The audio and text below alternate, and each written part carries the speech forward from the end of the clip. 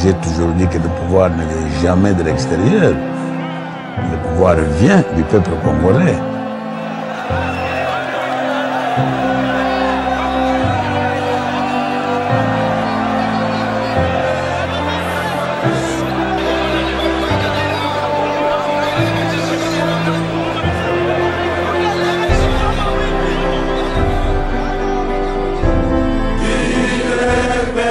C'est une histoire liée entre Etienne Tshisekedi Wamulumba et Gabriel Kyungu Wakumwanza, qui en 1980 figurant tous deux sur la liste de 13 parlementaires, signataires de la lettre réclamant la démocratie adressée au marshal Mobutu Sese Seko, alors président du Zaïre, et qui sera à la base de la naissance de l'Union pour la démocratie et le progrès social, l'UDPS, actuel parti au pouvoir.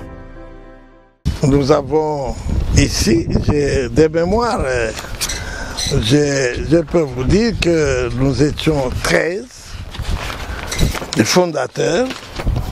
Il y a Ngalula Pandangila, il y a Tshisekedi Wamulumba, Makanda Pinga Chambouy, Capitaine Chabangi, Kyungu Wakumwanza, votre serviteur, Lusanga Lumbu Maloba, Lusanga Ngele, Kanana Chungo, c'est Chongo, Kanana Chongo, il y a Kasala Kalumba, Biringanine, Dia Onken, Ambel et Ngoï Mukendi. Qui ira combattre la dictature mobutienne. En effet, les 13 parlementaires dont fait Etienne Tshisekedi Wamulumba étaient perçus comme des éléments de la 5e colonne des contre-révolutionnaires de danger public, coupables du crime, de haute trahison et des graves atteintes à la sécurité intérieure de l'État. Les 13 connus des arrestations, les tortures, les relégations à répétition dans leur village d'origine, les déportations vers des provinces autres que celles dont ils étaient originaires, les confiscations de biens, les assassinats dont ils firent victimes à cause de leur combat pour la démocratie, l'état de droit, le respect des droits de la personne humaine, etc. C'était grave, c'était haute trahison et on devait passer à la guillotine. Nous avons été ramassés, le tout s'est passé où? Normalement, pour l'opinion, qu'est-ce que vous voulez, il y a longtemps, tout s'est passé, s'est préparé chez le président Ngalula, Pandangila, Joseph. C'est là, à ma campagne, c'est là qu'on se réunissait chaque soir. Chacun a mené ses idées. Parce que nous avons passé au peigne fin toute la situation de la vie nationale. Tout. Économie, finance, politique, justice, tout. Et alors nous avons détaillé tous les défauts qu'il y avait, toutes les dérives dictatoriales et tout ça, nous avons décrié tout cela. Nous avons écrit, nous avons envoyé cette lettre ouverte et après, quand nous avons décidé de nous muer en formation politique, nous avons aussi, après notre renvoi dans nos villages, et quand nous sommes rentrés, nous avons amené la lettre au ministère de l'Intérieur. On avait même, tout le monde avait fui, personne ne voulait recevoir notre lettre qui annonçait la création de notre parti, et le lendemain nous étions tous ramassés. Et alors là, c'était le procès du siècle. Finalement, condamnation, parce que pendant que on allait comparaître, il y avait 3 questions principales.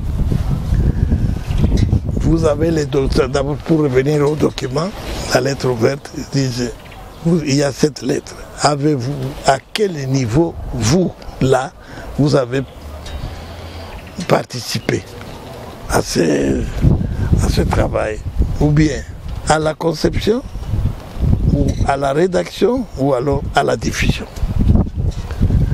Les 5 premiers, bon, tout le monde était impliqué, avait dit, comme moi, que j'avais participé et à la conception, et à la rédaction et à la diffusion. Là, c'était la condamnation à mort. Revenons au parti politique. Après avoir discuté et donné les noms de notre formation politique, Union pour la démocratie et le progrès social, là, Mobutu ne pouvait plus supporter et nous étions arrêtés et j'étais à Makala. Parce que là, c'était soit on nous tuait, soit c'était la perpétuité. La première fois nous tuer, bon, grâce à l'intervention des Américains. Nous avons échappé à la mort, mais après, il y a eu des perpétuités, puis après, ils ont dit, bon, allez, 15 ans. 15 ans, et le chef de l'État m'a rappelé cela. Il a dit, quand j'avais appris la sentence, j'ai dit, mon père, je ne le verrai plus. Alors, c'était comme ça, et après, on était dispersés à travers les pays. Les uns côté Kisangani, les autres ici, côté du Katanga, et puis Bandundu et tout ça. C'est comme ça que nous sommes dispersés. Voilà. UDPS viva! Viva! UDPS viva! Viva! UDPS viva! Viva! Viva! Viva! Tshisekedi, héros national! Félix, chef de l'État! Nanko!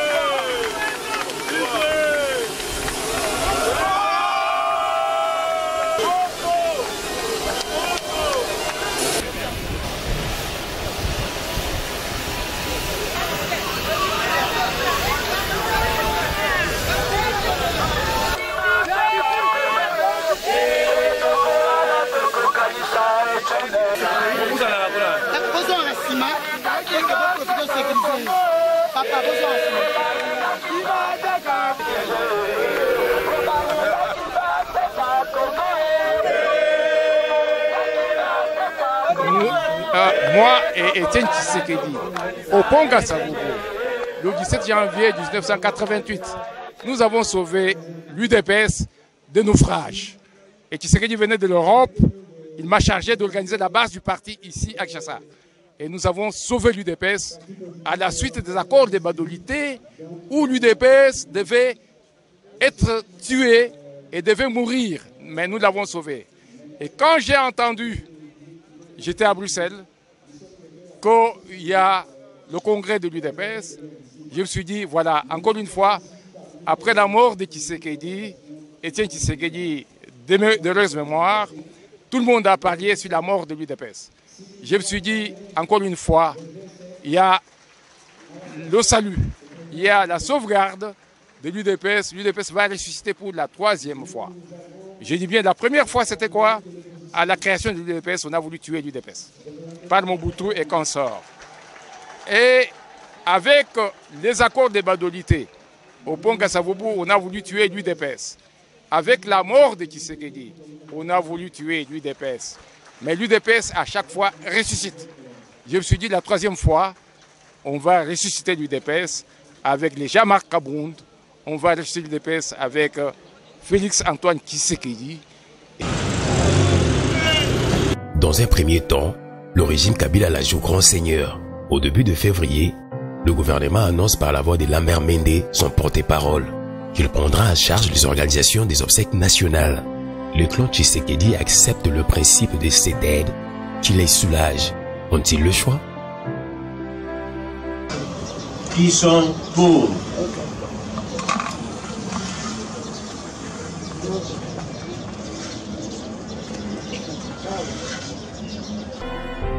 L'organisation funéraire auquel des centaines de milliers de personnes sont entendues sera délicate sans l'appui de l'État.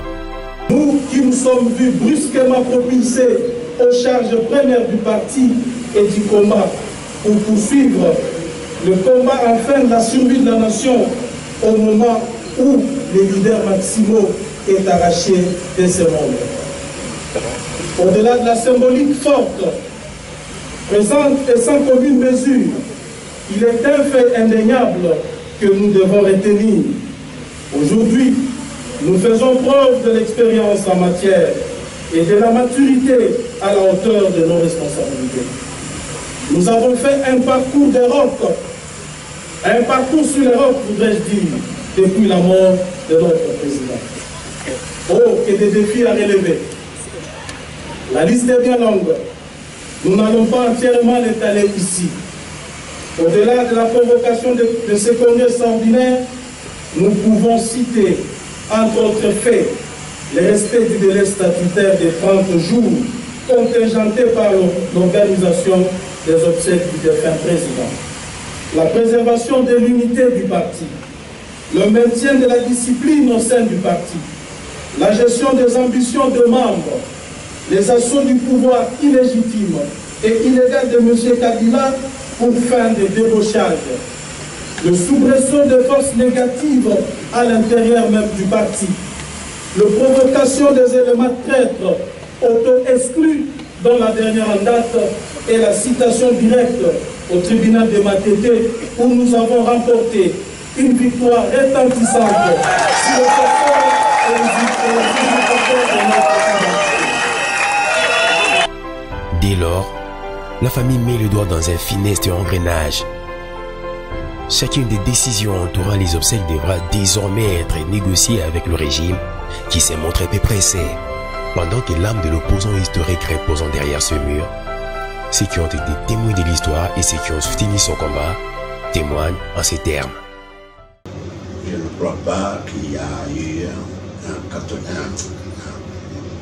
compatriote congolais qui aurait fait plus que lui pour justement mériter ce titre de héros. Et je dirais aussi même père, vrai père de la démocratie dans ce pays. Aujourd'hui, nous devons enseigner ce que Étienne Tshisekedi, ce qu'il représente pour le Congo, ce qu'il représente pour la lutte afin de démocratiser ce pays. C'est lui le père de la démocratie. Non, Tshisekedi c'était un vrai nationaliste. Hein? Donc, de toute façon, l'extrémisme appelle toujours un extrémisme aussi. Au fait, sur le terrain, on avait un pouvoir dictatorial qui était extrémiste. Hein? Donc là, je ne reviendrai pas dessus, tout le monde connaît l'histoire. Donc, devant l'extrémisme, on peut qu'être aussi extrémiste. Mais on sait donc nuancer cela suivant les réalités de terrain. Et je crois qu'il a eu cette qualité-là, justement, de comprendre que les choses donc, évoluent avec le temps. C'était plutôt un nationaliste convaincu. Souvenir Yamalamu Oyo Nazanango et papa, je suis du Congo central. Mais jamais Natika Gozala humilié parce que Nakuta a une affaire de 500 à 600 gardes. Parmi les gardes, Natozaki 2 et 4 différentes provinces. Mais la majorité c'était des Kasaï, Nengazaki Congo. Et jamais Natika Gozala humiliation de sa part. Qui parfois m'a baisé, qui a l'obélanga que non Dieu nous sali m'a bébo non. Il m'a encouragé que non. C'est familiarisé na bande konayo, ce sont vos frères. De deux a pesingai culture moko ezali que na pour corrompre ya pasi ou bien pour l'obélanga likambo ya songolo pakala o ezali à l'encontre ya idée na ye. Ndenge papa boko la kabana na ye. Donc c'était difficile.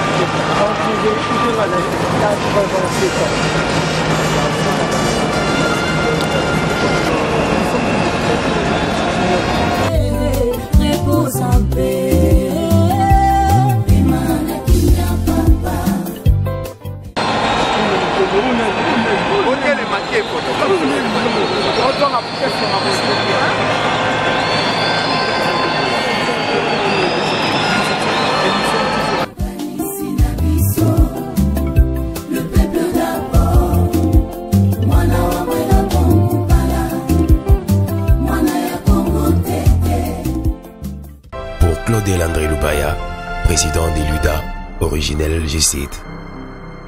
L'histoire retiendra d'Étienne Tshisekedi de Rez Mémoire à la particularité d'avoir fait partie d'un régime qui avait instauré la dictature dans le pays avant de remettre résolument en cause le fondement et d'en dénoncer courageusement les dérives en s'y opposant publiquement de façon pacifique et c'est à ses risques et périls. Fils d'André Guillaume Lubaya Ntalanja, qui a été supplicié par la dictature de Mobutu accompagné de certaines proches, dans les conditions inexpliquées jusqu'à ces jours. Lubaya Claude André retient des Sphinx délimités un homme des convictions. Les combats d'Étienne Tshisekedi Wamolomba, qui est aussi celui de la liberté pour la dignité du peuple congolais, demeure inachevé car le pays n'est pas encore totalement libéré de l'emprise des forces centrifuges, a-t-il souligné.